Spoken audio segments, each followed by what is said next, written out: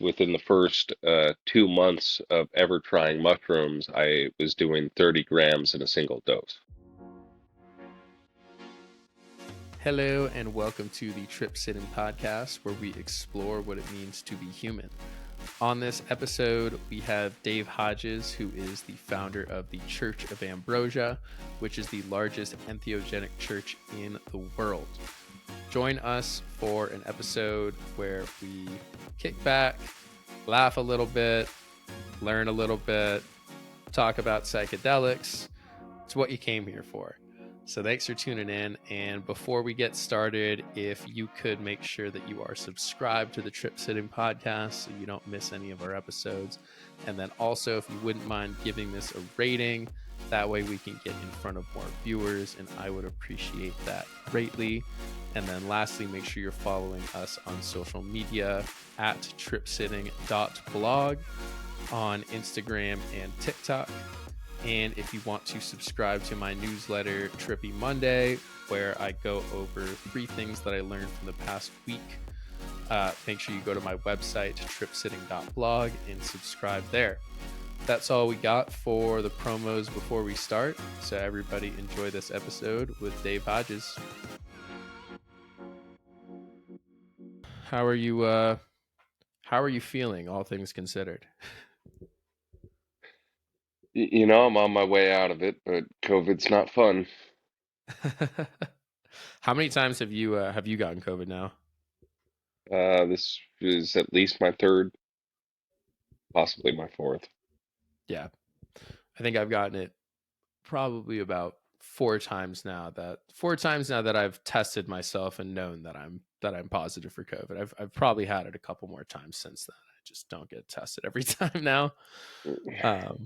Just neither here nor there. But you just got back from Burning Man.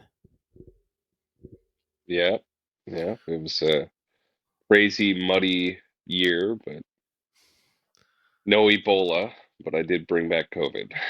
Yeah. Was it as I guess as crazy as like the media made it seem? Because here, not at Burning Man, they were talking about how, it's muddy and everybody's stuck there and nobody knows what to do and all that bullshit, of course.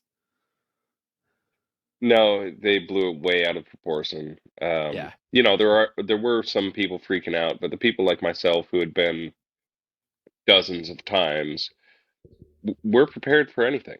And that's actually kind of the point of the Burning Man Festival is radical self-reliance and Mhm. to the point where you can take care of other people if you need to. Yeah. I almost feel like, when things like that happen, it really kind of shows like the spirit of Burning Man more so than, if everything just, goes to plan and goes off without a hitch, which is the point to help everyone around you. No, absolutely. Like a lot of the people that I know and a lot of the burners that I've talked to, and including myself, feel like this was one of the best years that we've had. So, I mean, it feels like it shouldn't have been, but at the same time, it really forced everybody to come together, and that's where you see the best in people. Yeah. Well, that's awesome. I'm glad to actually hear somebody that was there and hear that, people actually had a great time and it still maintains the spirit. I guess I am curious, given that you've gone for said 17 years now. Do you think some of the spirit of Burning Man has been lost along the way from when you first went, or do you think it's just changing? I mean, Or is it the same? it's just evolving. Yeah. For me, I definitely see where people would say it's not the same as it used to be, and in fact, every year it's different. It's a city that appears in the middle of the desert. But there's some safety things that have happened over the years. Probably one of the big ones that I like to point out is the food safety. So back Mhm. when I first started coming, if you wanted to give food to somebody else, there wasn't, you didn't have to have any handling classes or you weren't given any instructions on what to do. You could just cook food and pass it out to people. Mhm. And one of my one of my favorite memories was actually getting to the playa just getting dropped off for the first time, walking out and having somebody grill up fresh oysters right in the middle of the desert. Um, Magical experience, but probably as far as health, food safety goes, maybe not the best plan. I was fine. But so now if you're going to give food out to people, there's actually a health permit you need to go apply for, and it's not difficult, it's not expensive, but it just ensures that if you're going to be passing out food to people, you have some food handling information. Hmm. So Yeah. things like that have definitely changed, and what this does mean is there's less people giving out free food all over the place. Not to say Hmm. that there's not free food all over the place still, but it's things like that that has definitely changed. But it's debatable whether or not it's in a better direction or a safer direction. Yeah. I just went to my first Fish concert last week, and if you've ever been to Shakedown Street or Grateful Dead, Dead and Company, whatever it is, um, there's obviously a lot of people that are just selling food directly outside of it, and not that I really thought of it at the time, but just listening to you thinking that is, I don't think a single one of those people probably had a health permit. Like those guys Probably just set not. up shop and they're just making grilled cheeses out of the back of their car. Yeah, yeah, yeah. Which is fine 99% of the time, but Mhm. if one of those is grilled cheese and fresh oysters, maybe the person should have a food handling certificate of some kind. You know, Yeah. whatever. Mhm. So kind of moving into some more psychedelic stuff here. So you are the founder of the Church of Ambrosia. Is that how you pronounce it? Ambrosia. Yeah. Ambrosia. Okay, gotcha. And then also pastor for Zide Door, which is the Church of Entheogenic Plants in Oakland. Yeah, yeah.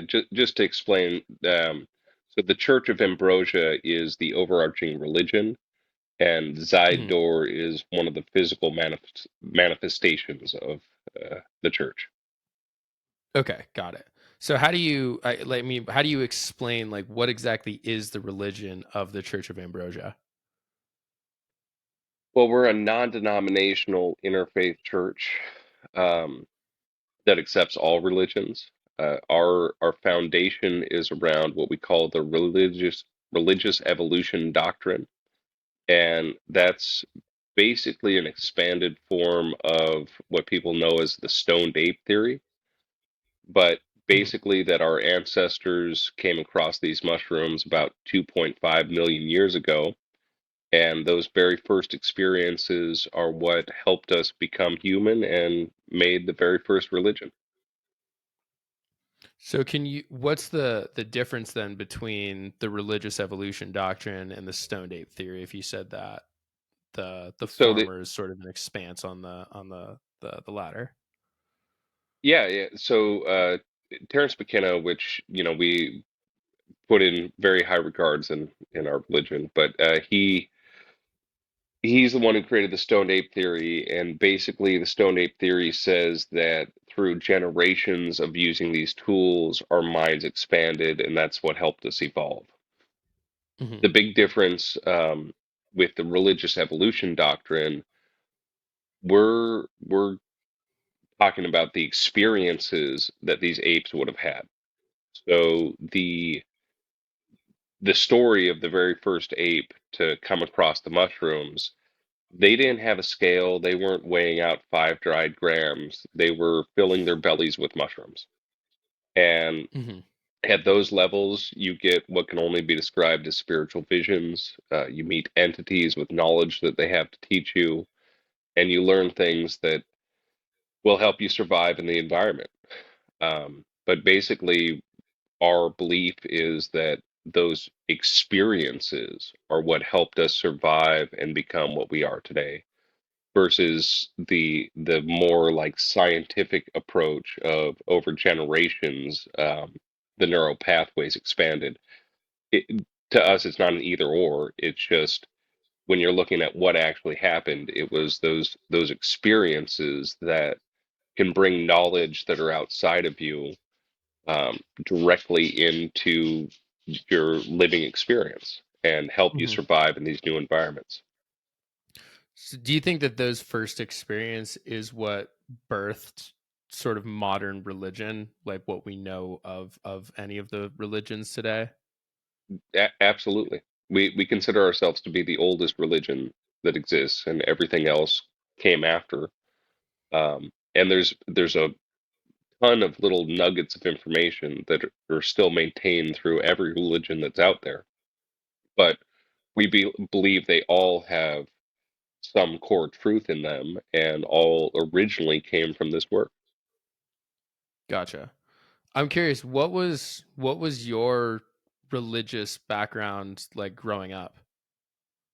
Um, I kind of went through everything. I Mhm. started as a Presbyterian. Um, And then in high school, I became more of an atheist. From there, I kind of went more agnostic because to me, atheism was just as ridiculous as anybody else who said that they knew everything. Mhm. Um, and then from there, and actually years of going to Burning Man and other experiences, I became more spiritual but non-denominational. Um, and that's where I was when I opened the cannabis church because we started actually as a cannabis church, and then about 6 months later, the mushrooms came in. And even when opening the cannabis church, I still, consider myself spiritual, but I wouldn't necessarily say I understood what God was until the Mhm. mushrooms came along, and Yeah. they they can show you things that are undeniable. So when you say you didn't know what God was, now can you explain to somebody what is God? Oh yeah, you.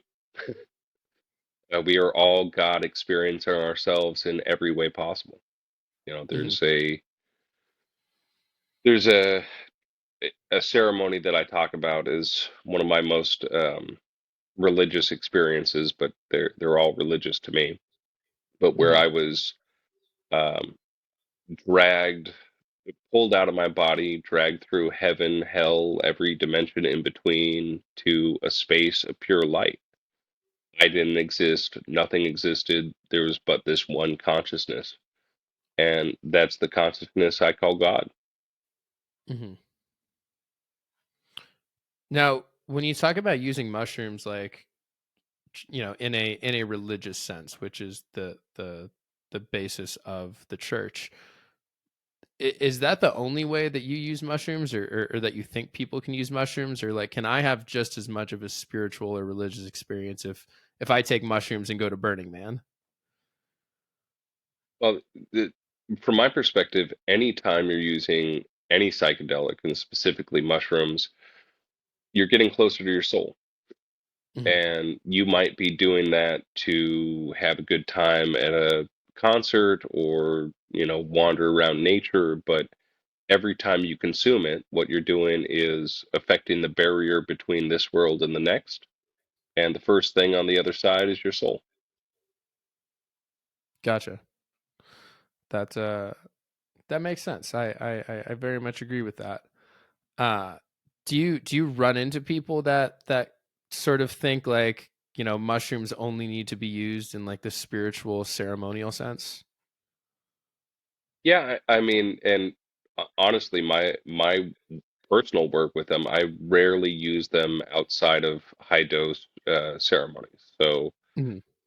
I definitely understand people who say you should only use them in these cases, but again, to me, doesn't matter what you think you're doing with them, you're getting closer to your soul. So, Yeah. all of those are religious experiences to me. Yeah, I mean, can certainly talk about experiences where I've intended to do something and then the mushrooms have shown me something completely different. So it's Yeah, not always up to us. it's rarely up to us. Yeah.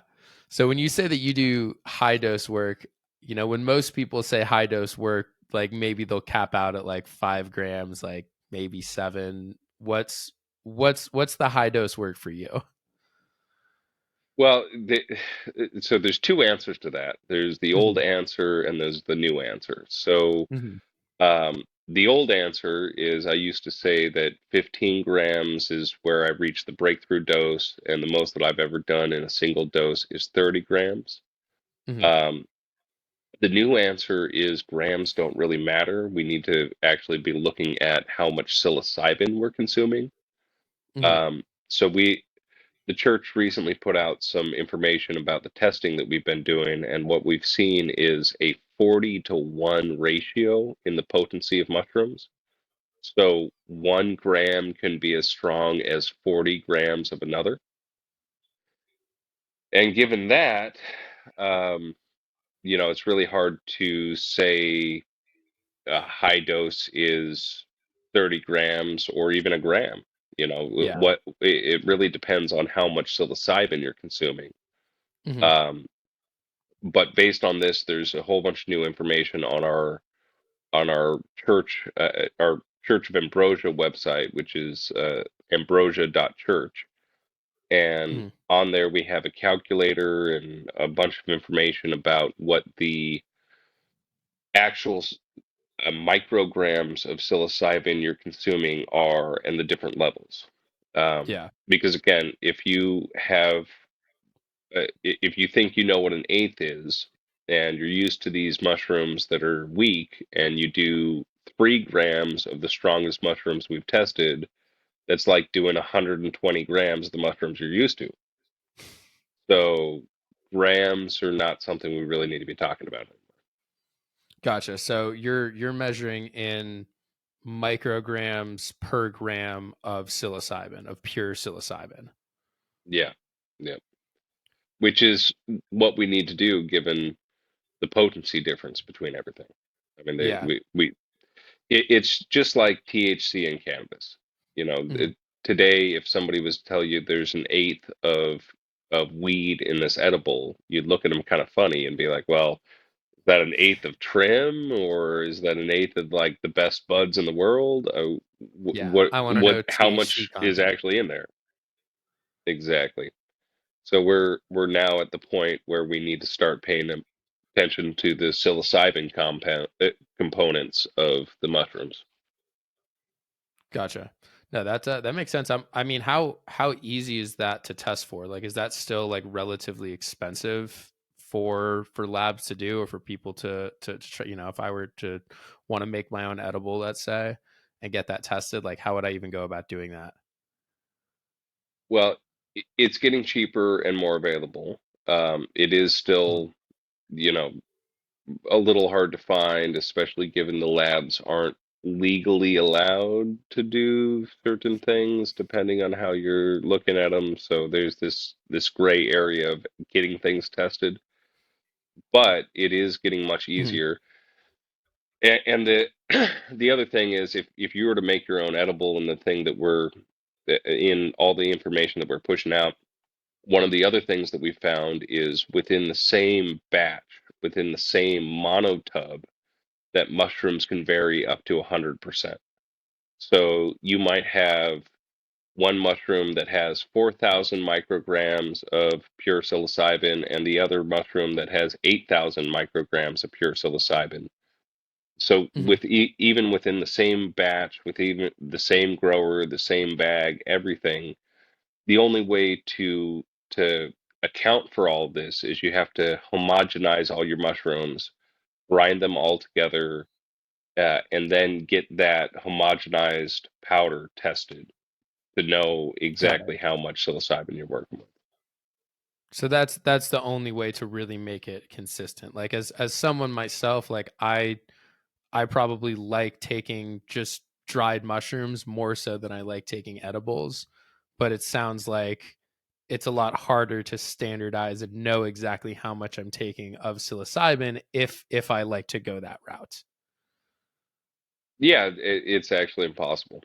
Not to say that it's not worth still using mushrooms in the form that they come in, but you Mhm. have to know that you could have, and everybody that uses mushrooms on a regular basis knows this. Sometimes in the bag, you'll just grab one mushroom, and that mushroom is a lot stronger than the others. Well, Oh yeah. It's not in your head. That's actually really happening. Yeah, and sometimes I'll take 2 grams, 3 grams, and almost nothing will happen. Yep, yep. I mean, storage is also part of that. You know, Hmm. the best way to store them is in an airtight environment with no moisture in a cool, dark place. Um, so if you just you leave it in a even a Ziploc bag, just sitting out, um, you know, getting light exposure for a couple months, they might look the same as they did when you first got them, but they're not going to feel the same. Gotcha. So is there any like standard, like, I mean, if you are storing mushrooms like correctly, like in an airtight jar with, with no light exposure, like how long can dried mushrooms like last for and maintain that same potency? You know, we've seen it at least a year. Okay. You know, if you're the best thing to use is one of those silicate moisture packets, which Hmm. you can get those on Amazon, but it's the same thing that would come in like a beef jerky packet. Yeah. Don't reuse the one from the beef jerky packet, but what you need is something that's going to just pull all the moisture out. So what I actually recommend is a vacuum sealed bag with a moisture packet inside of it, um, Hmm. and keep it in a cool cupboard. A lot of people say like freezer or fridge, but the problem with those places is you get moisture. Hmm. So really just your cabinet, a dark cabinet in a vacuum sealed bag with a silicon desiccant packet inside. Those will last for at least a year. Uh, we haven't done enough test results to tell you how long, but over a year for sure. Yeah. Does the same thing go for edibles as well, or like because the edibles have already been put into a different form, is it sort of different? It depends on the edibles. Yeah. Um, Gummies are notoriously bad at being stable. Hmm. Um, Moisture degrades psilocybin. A gummy is going to have moisture in it. Um, Depending on how the gummy was made, it might the shelf life might be as little as a month. Um, Hmm. Chocolate tends to be better because there's not really moisture in chocolate. Um, but we actually just got a machine so we could start doing some of the testings ourselves and come up with more information on that. But there's a whole bunch of more tests that people need to do so we can figure out some of those answers. Yeah. I mean, I've even had chocolates before where I'll eat a square, or a square or two, and like it'll knock my fucking socks off. Like I'll be like tripping on that. And then other times I'll, take a square from the other side of the chocolate and nothing will happen like at all. So like even within that, which to me is weird because all of that should be, again, ground up and like distributed Well, evenly, but you know, it's actually much easier said than done to get it fully distributed within chocolate. yeah. So and it depends on again how the chocolate's made. I know some people who their big focus is on making sure that there's exactly an eighth in there. So what they'll actually do is they'll make the chocolate bar, and while it's still moist or it's still molten, they'll put the mushrooms into the chocolate bar that way. Got it. And for them, Ah, that they're makes thinking, sense because they oh, could even then yeah, put the same amount of ground up in each thing, and this one could have twice as much psilocybin as this one. yeah, yeah. Well, and it's like they're just eyeballing it to get the consistency. So Yeah. there is an eighth if you eat the entire chocolate bar, but if you eat the top corner, you probably get less than if you eat the center where the bulk of it got poured. Yeah. Um, but even when just mixing chocolate, that's a big problem that chocolate providers have is Mhm. homogenizing the chocolate with the mushrooms. Yeah. So does your church, do you guys grow and make your own sacraments, or do you guys bring in, sacraments that other people have grown, or other companies have created and then offered that to your members? Well, everything that we have comes from members of the church. Okay. So, there are people that grow for the church. There are people that make bars and other edibles for the church, but they're all members of the church. So, from our perspective, they all come from members. Gotcha. So it's all still within the church. Yep. Uh, and you are the largest entheogenic church in the world, correct? Yeah, yeah. We now have a little over 95,000 members that have physically come in, um, and probably another 20 plus thousand members who have signed up online and had yet to physically come in. Hmm. Um, so depending on how you look at it, we're well over 100,000 members already. But we have 95,000 that have physically come in and gotten sacrament from us. Yeah, to the location in Oakland, Zide Door, correct? Yes. Yep. Okay. When did you actually start the church? Like how long have you been operating? We opened in January of 2019. Hmm. And like I mentioned before, that was as a cannabis church. And Yeah. then about 6 months later, just kind of blindsided, Oakland passed the lowest priority for all entheogenic plants. And the one that had been calling out to me for quite some time was the mushroom. And it's also Hmm. the only one that's really safe to allow somebody to take home and have their own experience. Um, the other things that they covered, like iboga, you really need medical treatment before and Yeah. after.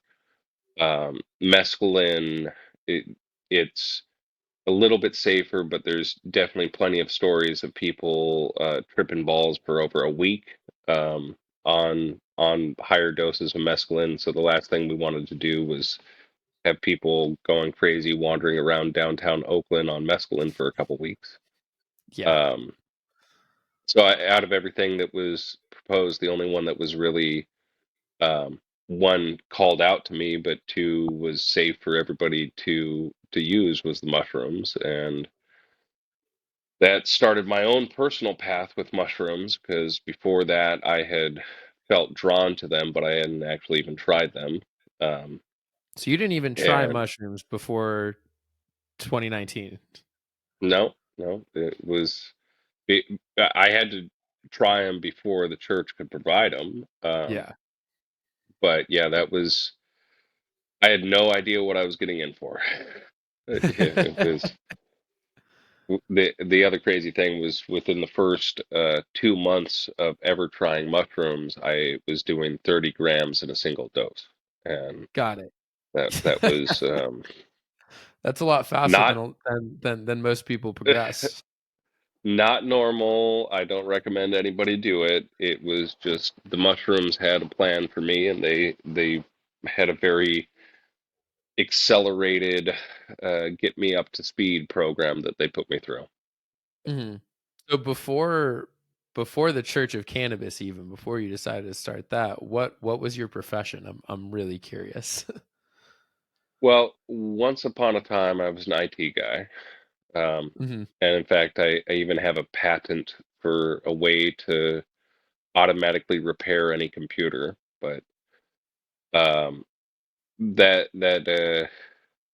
crazy story behind that, I was actually well into my career of medical cannabis before I got issued that patent. Um, but the thing that I came from right before this was medical cannabis. In 2009, I opened the first cannabis club in San Jose and went through all the fun trials and tribulations of the cannabis industry. Put a lot of work into seeing a good version of legalization pass, only to have Prop 64 shoved down everybody's throats and destroy the cannabis industry here in California. What Um, did Prop 64 do? it did a lot of things.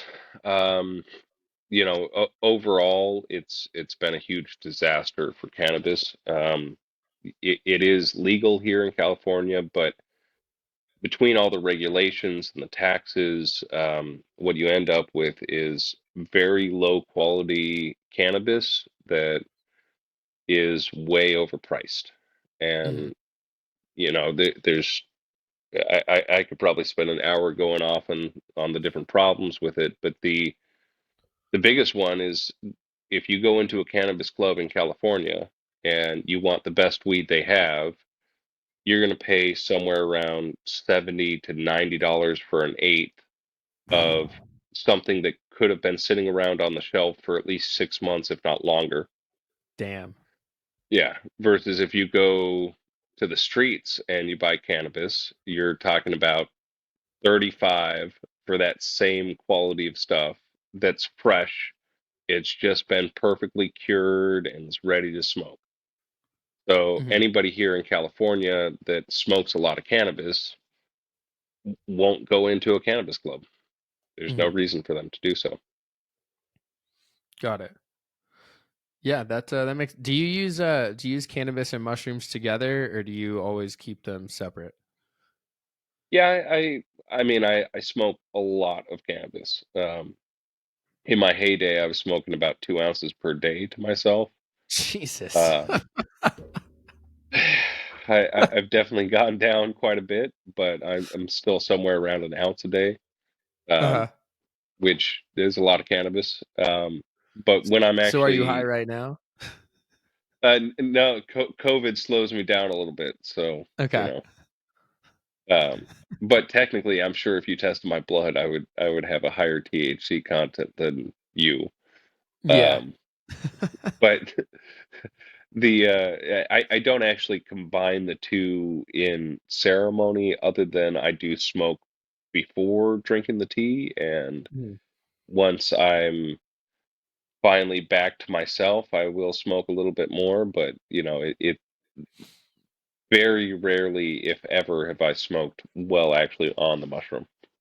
Gotcha. Yeah, I know. For me, yeah, I'll typically I think I really enjoy smoking towards the end, like once I'm coming down, because I feel like cannabis, especially then when I'm on any entheogen, is very very grounding. Yeah, Like it is just that grounding presence, and that's what cannabis is too. I mean, it is a medicine, and I think given the fact that it's legal now and it's gone through its the whole political gambit of whatever the fuck, but like it is a medicine. And it is a plant medicine. It comes from the earth, the same way that tobacco, when used properly, can also be an incredibly powerful medicine too. yeah, I mean, absolutely. I spent years helping people with medical cannabis, and the stories that I've heard out of it are, I mean, they make you cry when you really get into them. Mhm. But it's definitely when you're talking about chemo and the side effects of those sort of treatments. Cannabis makes you hungry, happy, and sleepy. Chemo makes it hard to sleep, hard to eat, and depressed. So it's a great thing. And when you're talking about AIDS and the wasting syndrome, cannabis is one of the few things that actually was able to help people eat. Um, so it's a very powerful medicine and can be used in a whole bunch of different ways. Um, but I also now look at the spiritual component of it. There Mhm. is there is the way that I talk about how you can really use the spiritual aspects of cannabis. And actually, the first time that I heard somebody describe this, they were telling me why they didn't like smoking cannabis. And they said every time they smoked, it was like there was a giant inner eye that would turn in on them and tell them everything that was wrong with their life. Mhm. And to me, that is the spiritual use of cannabis, is using that inner eye to examine your life and the things around you. Instead of being afraid of it, actually, if there's something telling you what's wrong, you should look at those things and see if you can fix them. Yeah. Um, so it's got a whole bunch of different uses too, but the using the access to the inner eye and to examine things around you just from a different perspective is an amazing tool that's why the spiritual aspect of it exists. Yeah. Yeah, I was thinking of this yesterday. Like yesterday I smoked a little bit just on my couch, and I smoked a very, very small amount and just got really, really high. And was just, having that experience. And one of the things that I realize is, when you're really high and smoking cannabis, but like, it feels like time goes by really slow. And I think when I first started smoking cannabis, like that scared me, but that was really just because I was scared to be that present. Like when you're not used to living in the moment and truly living in the present, once something brings you to that state of presence, it's uncomfortable if you're not used to it and you don't know what to expect, because you're so used to just living ahead or just doing things and having things around you to drown out the noise. But you can't drown out the noise, because then everything inside of you comes to the surface, and if you haven't dealt with that, that's why it's unpleasant, and that's why people get anxiety. And I still get anxiety too sometimes, but I'm a lot better at realizing, like, oh wait, this is a great opportunity for me to just kind of sit with this and let the feelings be there. Yeah, and try to understand what you can do about it if there is something you can do about it. Yeah, for sure. So I wanted to talk too about the raid that the Oakland Police Department did on your church back in 2020, was it? Yep, August of 2020. August of 2020. So can you walk me through what happened, and also to just the first video that's on your TikTok, if you go there, is a video of that raid. Yeah, it was pretty wild. Um, you know, the short version of it is the Oakland police came in. It just Oakland PD. It wasn't state, it wasn't federal, it was pure Oakland PD. It came in with a bad warrant, um, and tried to do a smash and grab.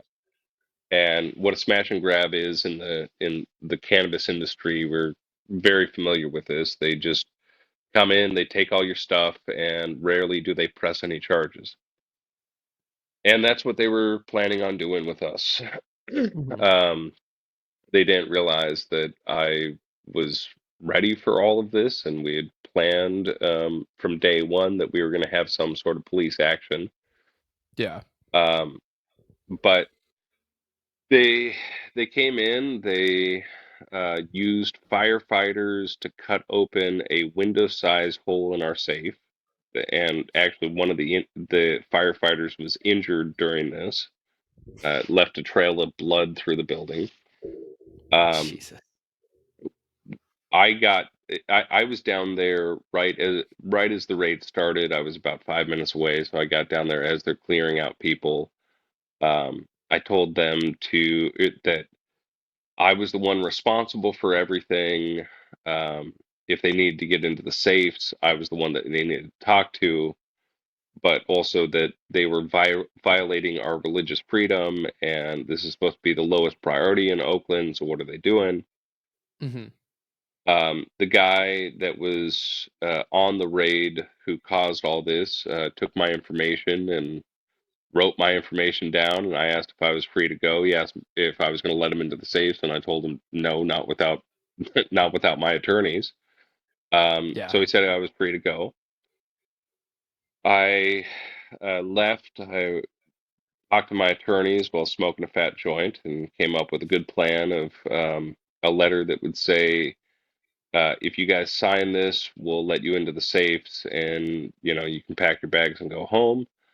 Hmm. Um, I got back down there, tried to get the officer on the raid to sign the piece of paper. He wouldn't. I got his boss. His boss was saying that he couldn't sign the paper either. It would have to be the city attorney. Hmm. And that's when I pointed out to them that we had four more of the safes that took them 2 hours to get into one, and Uh-huh. one safe in there that's rated at 8 hours for a professional safe cracker. So the yeah, So going back and forth with this officer, he said, "Okay, well, let us into the 8-hour safe, and we'll pack our bags and leave." Hmm. And what's the significance of the 8-hour safe? Well, if I had a whole bunch of money, you would assume that I'd be keeping it in the most valuable safe that we have. Yeah.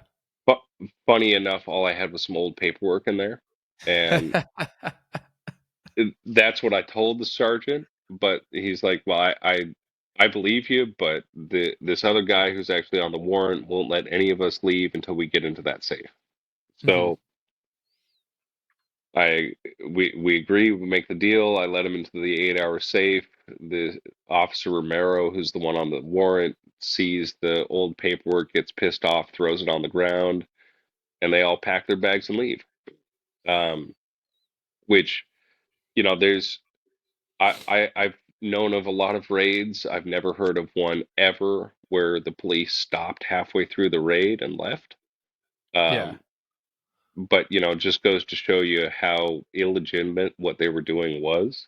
Yeah. I mean, And what if well, if they were okay with doing that, then clearly they weren't there for any real reason to begin with. no, well, they were there for one real reason, which was to get the money in that 8-hour safe. Yeah. So, I mean, that's the big significance of this safe, and why he insisted they have to get in there before they leave. Hmm. Um, but the whole thing was completely illegal. The warrant and the affidavit actually said they, that there were marijuana felonies happening inside the building. Well, Hmm. Prop 64 was horrible in a lot of ways, but one thing that it did was remove all the marijuana felonies from the law. Yeah. So the warrant actually said they're going in for laws that don't exist. Got it. So they Um, weren't even there really for the mushrooms. At least as far as the warrant's concerned, they were there because of cannabis. well, yes and no. I mean, they were there for money, Yeah. because the laws that they claim to go in with on marijuana don't exist. So, Hmm. I mean, it's like they were going in for uh, clown-related felonies. I mean, Yeah. there's no you can look those up in the law. There's no clown-related felonies in California law. Um, but it has to do with the group that did it has been doing this ever since 2004 when Oakland passed the lowest priority for cannabis. In 2004, basically Oakland was a place where you could buy legal cannabis, adults 18 and over, um, before the state passed anything. Hmm. So ever since that point, this group that came in and raided me had been raiding other Measure Z clubs, and this was just kind of what they did. Every year they would just go in, kick the door down, take all the drugs, take all the money, and never press any charges. So they thought that they could do it to us too, and they did it to. There were, I believe, 4 other places that got raided on the same day at the same time. Um, but nobody was talking about them because they weren't the Mushroom Church. Yeah.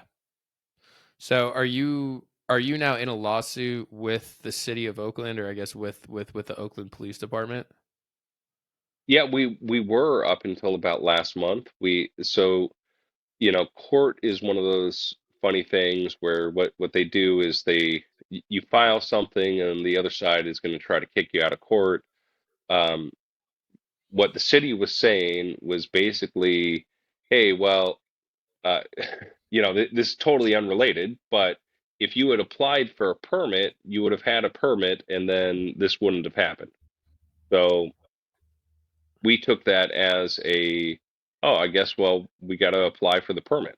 So what Hmm. we did is we withdrew our case with prejudice, and we're now going through this permit process that doesn't really exist. There's not really a permit process for our type of business, but Yeah, I um, guess what is the permit specifically for?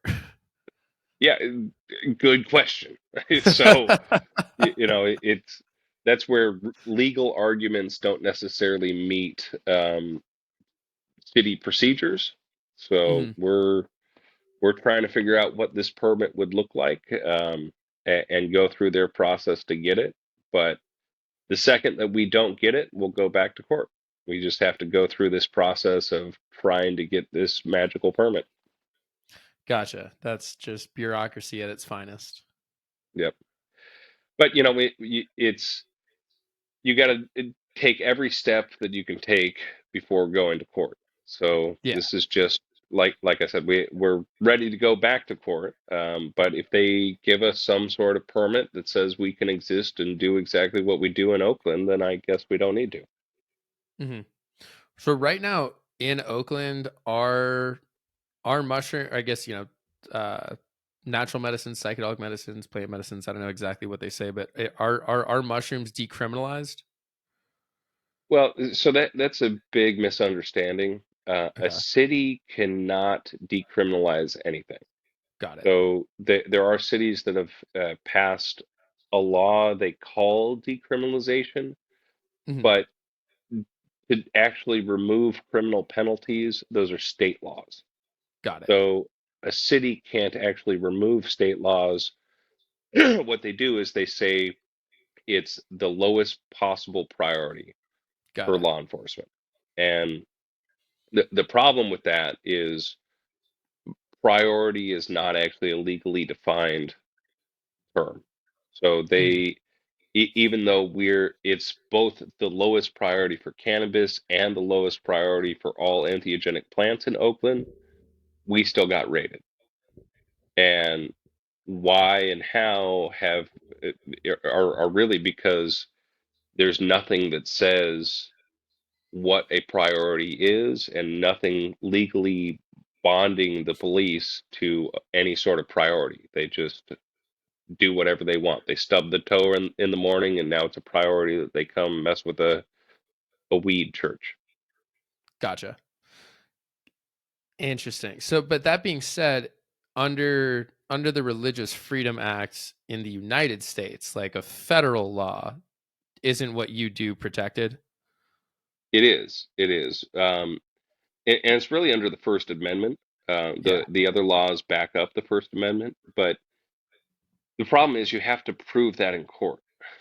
hmm Um, Theoretically, there's a DEA exemption process for people to get a magic piece of paper from the DEA that says that they can do what they want to do, but the DEA has never issued one of those permits.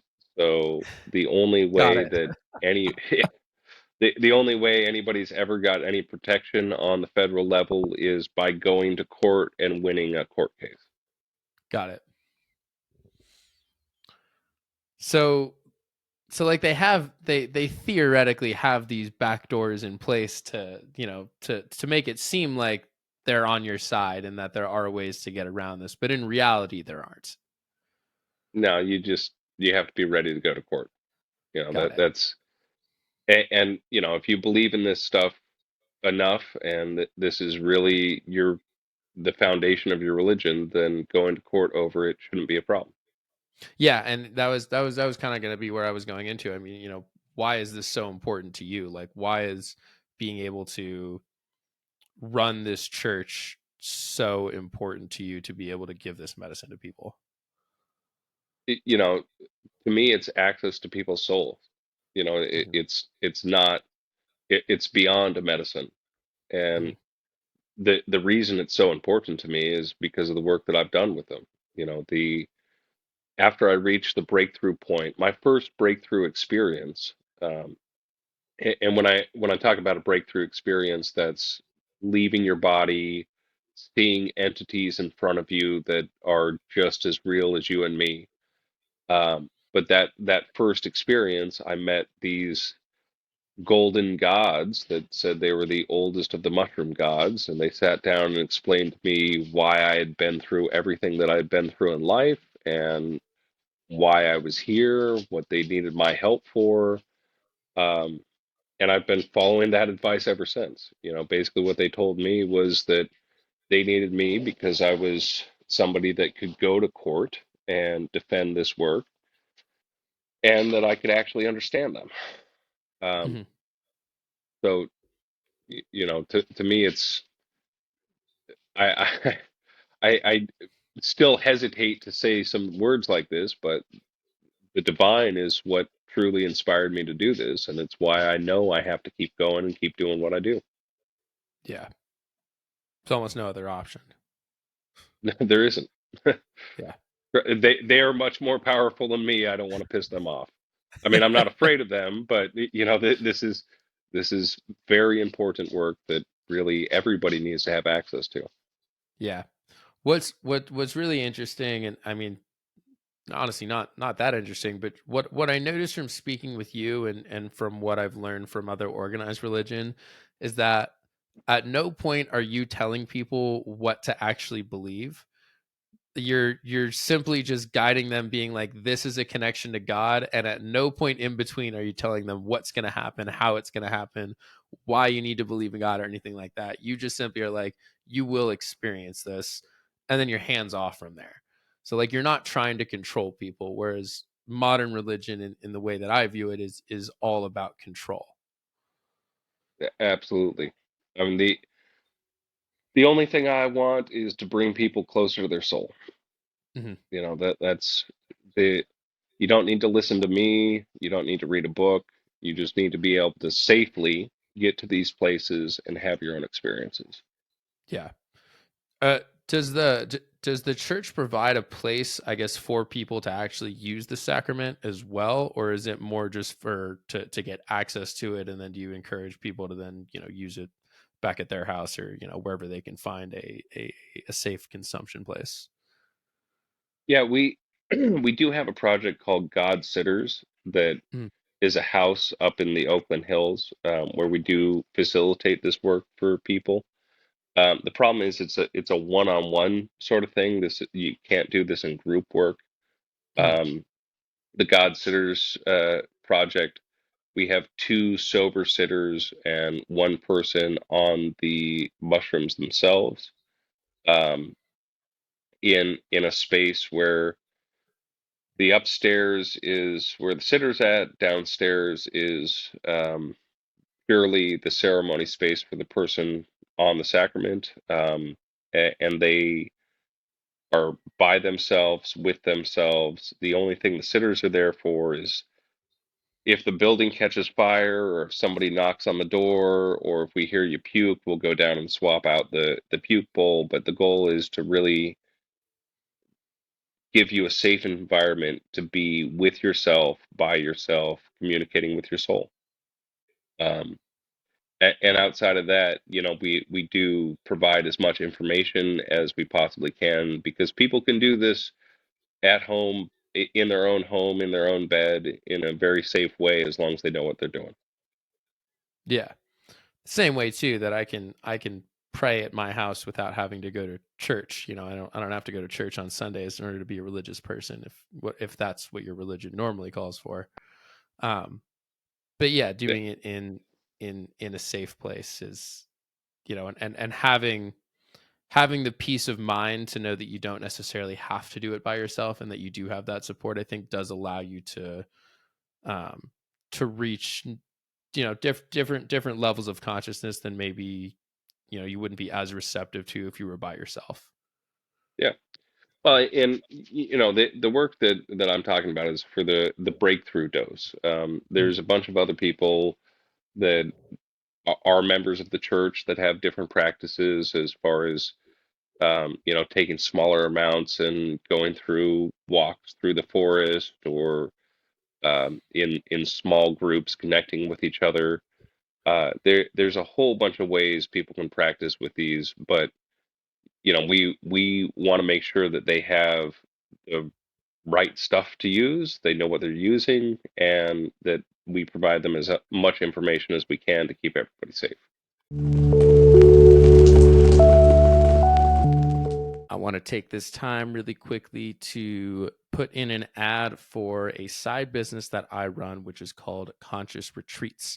Conscious Retreats helps you find the best plant medicine retreat center for your plant medicine journey. What that means is if you're interested in going on an ayahuasca retreat, a psilocybin retreat, or an iboga retreat, I will help you find a reputable center because I've made a lot of connections with them through my time here at Trip Sitting. And I know that picking the right center can be a difficult choice, especially if you don't have anybody to talk to. So if you are interested in going on a plant medicine retreat out of the country, these are all legal, by the way, please go to my website, which is consciousretreats.net, or you can actually just shoot me a DM on Instagram or shoot me an email at tripsittingblog@gmail.com. So thank you for listening to this ad, and here is the rest of the episode.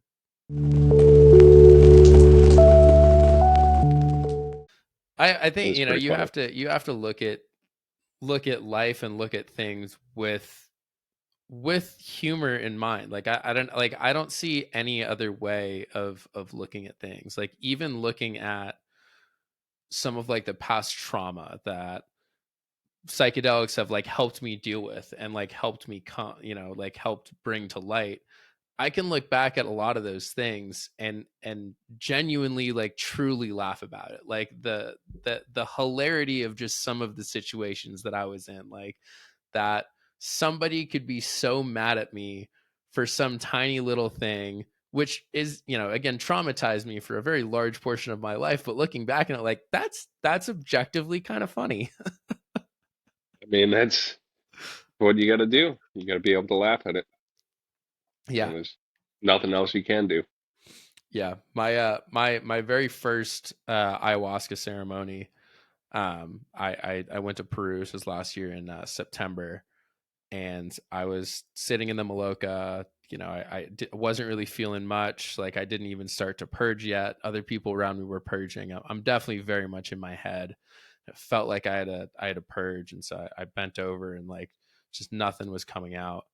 And then I just felt like dead and weak, and I just laid against the side of the Maloka, and then I just started hysterically laughing. Like I could not stop for an hour and a half of like just pure gut wrenching laughter. And the fact that nobody else was laughing too just made it so much funnier to me. And the more I tried to stop, the more I would just laugh at just the hilarity and humor that does happen within life. And I think the fact that we take so many things just so seriously, and really almost nothing in this life in these bodies is truly that serious. It isn't. It really isn't. I mean, the whole point of being in these bodies is to have every experience, Mm-hmm. right? And good or bad, it's an experience. Yeah. It's something to enjoy, to marvel at, to examine in every different way. But um, there's all you can do is laugh. One big cosmic joke. Yeah, it is. And that's very comforting to me. I think it used to kind of bring me to a more like nihilistic way of looking at things, where it sort of make me sad. I've been like, oh well, nothing matters. Like who gives a shit? I can treat my body like shit and treat others like shit, and it doesn't matter at the end of the day. We're like, yes, that is true, but again, because like we're all divine beings, we're all God, and what that is it comes from a place of love. Like that's something that happens on every psychedelic journey, is it brings me back to this place of just pure light, which to me is also pure love. So we're naturally loving beings. Like that's what actually is our true essence. So yes, you can be a dick and you can be a piece of shit and do all of that, but deep down subconsciously, like you like you do feel bad. It does add up no matter what story you tell yourself on top of that. But like your body knows that that's not what it wants. Absolutely. And I mean, to be a jerk to somebody else, you're really being a jerk to yourself. Mm-hmm. That's really what it comes down to, is we are all God experiencing itself in every way possible. So you can treat your own body like shit, and you're treating God like shit, or you can treat somebody else like shit, and you're also treating God like shit. And that's really what you got to understand about it. Yeah. So I wanted to ask you about that Fox News clip that went pretty viral. But I was curious, how did that even come about to begin with? Yeah, so they hit me up on Facebook after seeing an article that was done in, I believe, SF Gate, and they just really wanted to interview me, and I said yes. Did they get like give you any questions beforehand that they were gonna ask? Like was any of that really like planned? Or they're like, you need to be on at this time and it's gonna be 3 minutes long and that's it? They asked for some questions slash information from me before, but for the most part, I had no idea what they were going to ask. I was just ready for anything. Yeah, gotcha. Just of did I mean did you receive any I don't know if backlash is the right word, but like any positive or really negative comments from the fact that you did that clip from any church members or just from people that you know? Um, all the church members that I've talked to about it loved it. Yeah. The really interesting thing is that it seems like in the comments I really divided the Christians. Um, there, there's a large there's a large portion that says that's the true message of Christ. You know Christ. And then there's another large portion that says those are the devil's words and that's Satan speaking through you.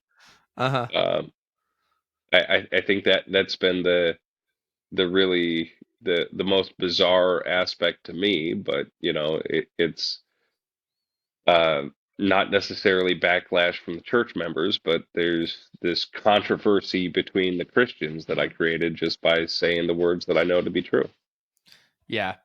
It's so interesting. Like the idea of people getting triggered in general, like what I've found from any time I get triggered, it's usually because like something is coming at like a piece of my identity. And so that's a defense mechanism is when we get triggered because we feel we need to defend ourselves and defend something. And so when you say those things, it's typically because when you're getting triggered, it's deep down, that what they're saying is like a little bit true, but you just don't want to believe it because it's Yeah, not how you've been taught. yeah. Well, and it's just really interesting to see how much that varies throughout Christianity. Hmm. And because to me and my understanding of Christ's true message, we are all the sons of God is the same as we are all God. We are You God. know, we That's we the are thing. all pieces of God experiencing itself in every way possible.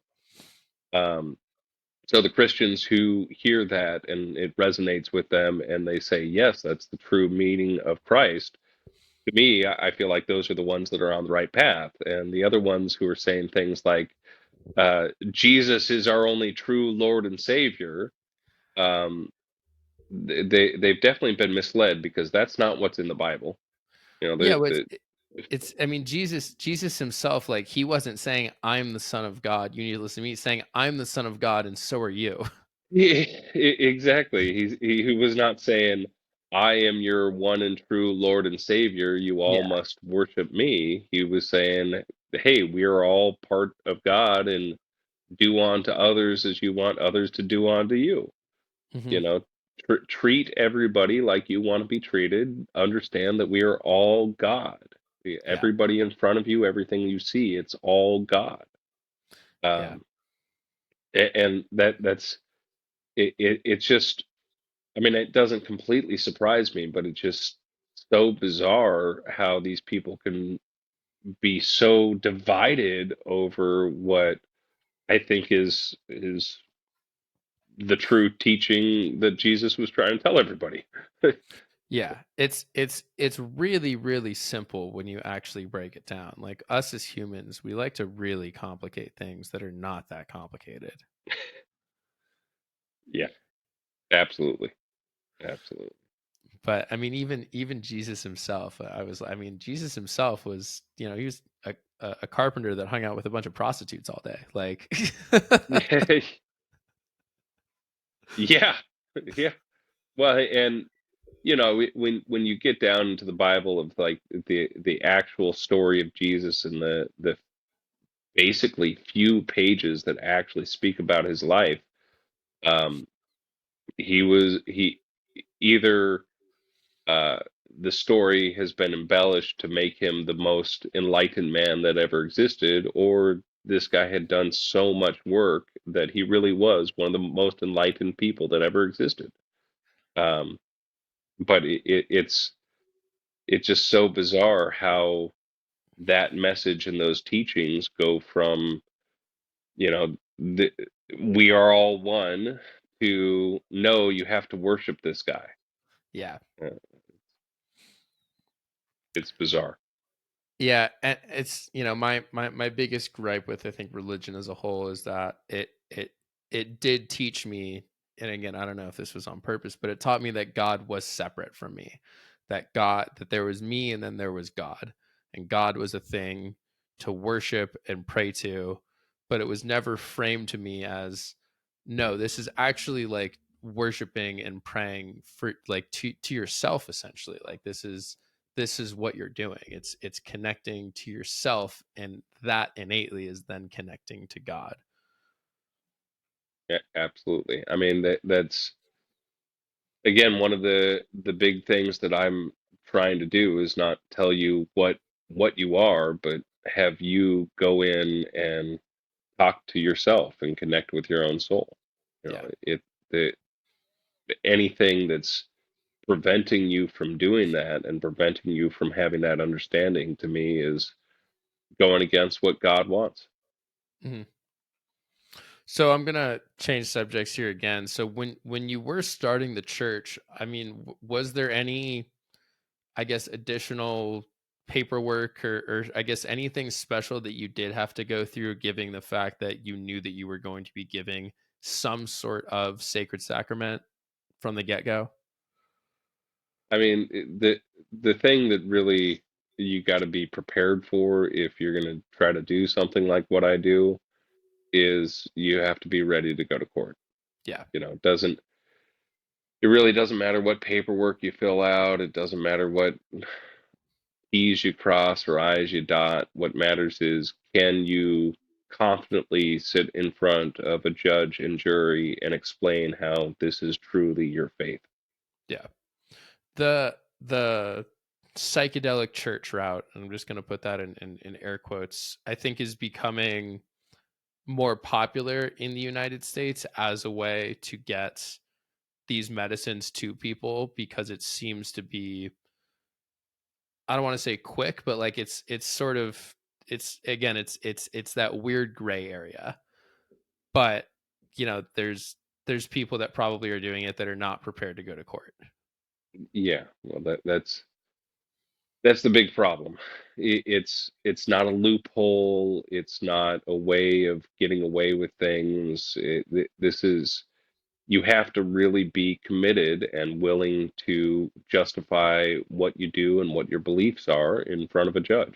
And if you're not willing to do that or not comfortable doing that, then you shouldn't be trying to do something like what I'm doing.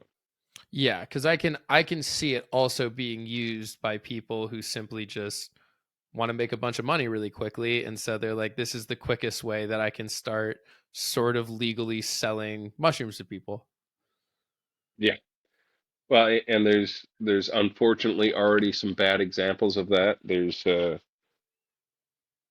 church that just opened in the Detroit area that is somehow trying to sell investment shares in it.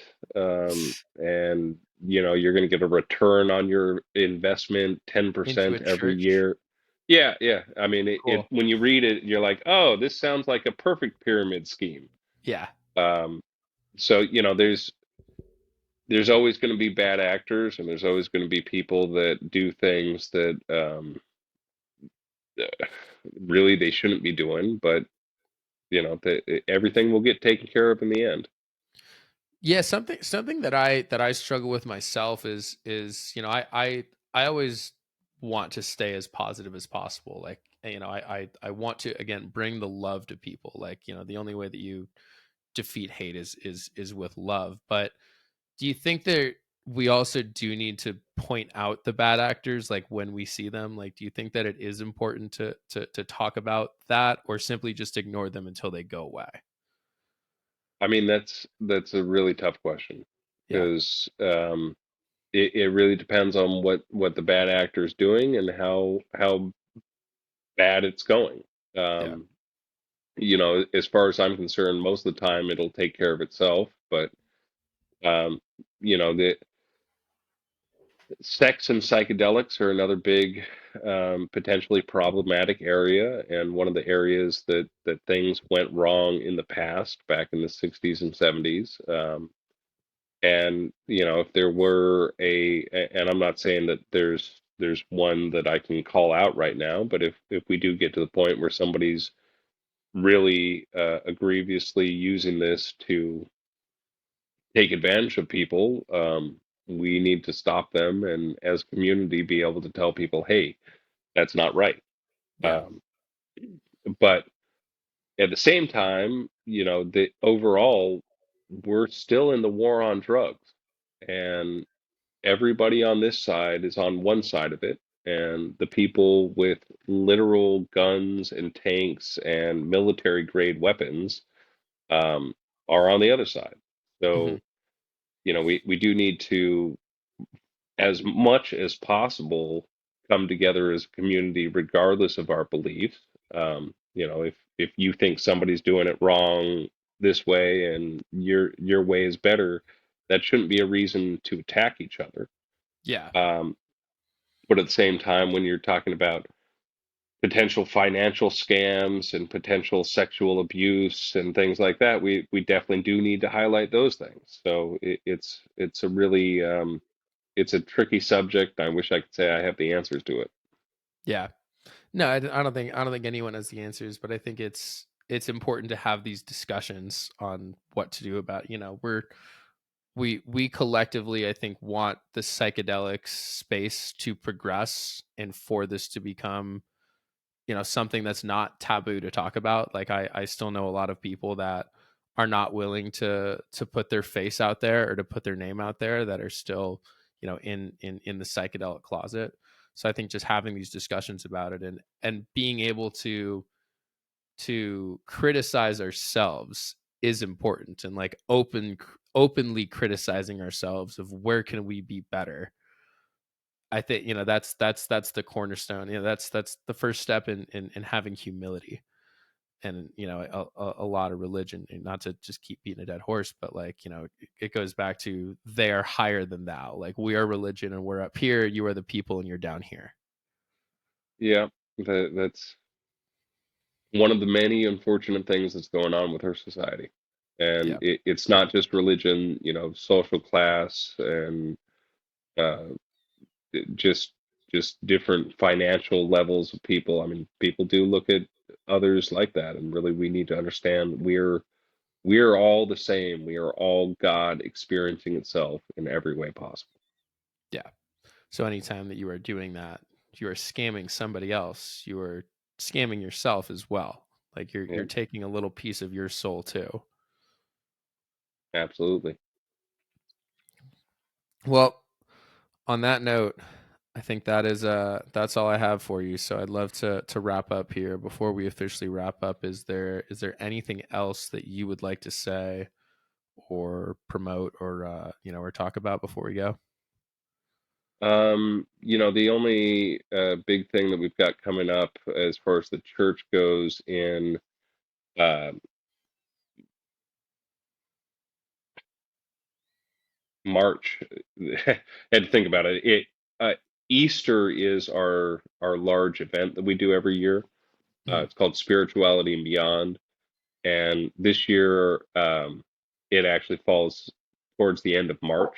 But we will be having a large event around Easter, a 3-day event with speakers and activities, and then I'll be doing a Easter sermon on Sunday. Um, but that's coming up just for people to look out for. And then the other big thing is all the new information we have at ambrosia.church. Um, we now have a few different guides as far as dosage, a calculator to help you figure out how much you consume based on your body weight, and a bunch of other safety information that we've just put up there. Sweet. Well, thank you so much, and thank you again for coming on the podcast. This was an amazing conversation, and thank you so much for the work that you're doing for the community as well. Yeah, no problem. Thanks for having me. Thank you, everybody, for tuning in, and thank you again to Dave for coming on the podcast. I had a great time. I hope everybody had fun.